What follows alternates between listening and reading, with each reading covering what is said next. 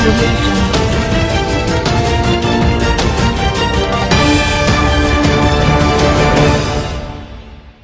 السلام علیکم، آپ دیکھ رہے ہیں کے نیوز ایچ ڈی۔ میں ہوں قدسیہ شوکت۔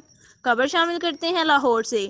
دارالعلوم لاہور میں یتیم لڑکیاں صوبائی حکومت کے وزراء کو فراہم کی جاتی ہیں اور یہ گھناؤنا کام سپرنٹینڈنٹ افشان کی نگرانی میں کیا جاتا ہے۔ مزید اس حوالے سے رپورٹ کر رہی ہیں لاہور سے ہماری نمائندہ۔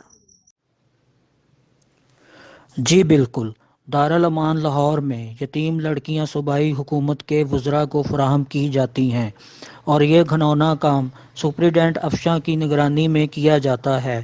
رات کے وقت بے سہارا اور بے آسرا لڑکیاں کاشانہ سے نکالی جاتی ہیں اور طاقتور لوگوں کو فراہم کی جاتی ہیں۔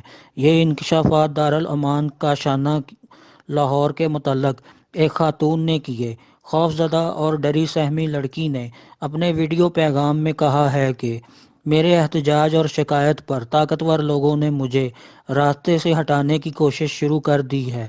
دارالامان میں پولیس پہنچ چکی ہے تاکہ مجھے گرفتار کر کے میری زبان بند کر دی جائے اور میں ان کے کرتوت نہ بتا سکوں۔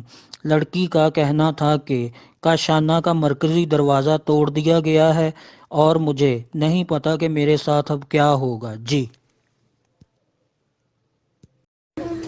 مجھے اس ٹائم اریسٹ کیا جا رہا ہے اور میرے ہسبینڈ کو بھی اریسٹ کر کے مجھے نہیں پتا مجھے کہاں پہ لے کے جائیں گے اور جو ثبوت ہیں ان کو غائب کیا جائے گا۔ ان بچیوں کی حفاظت اب آپ کے ذمہ ہے۔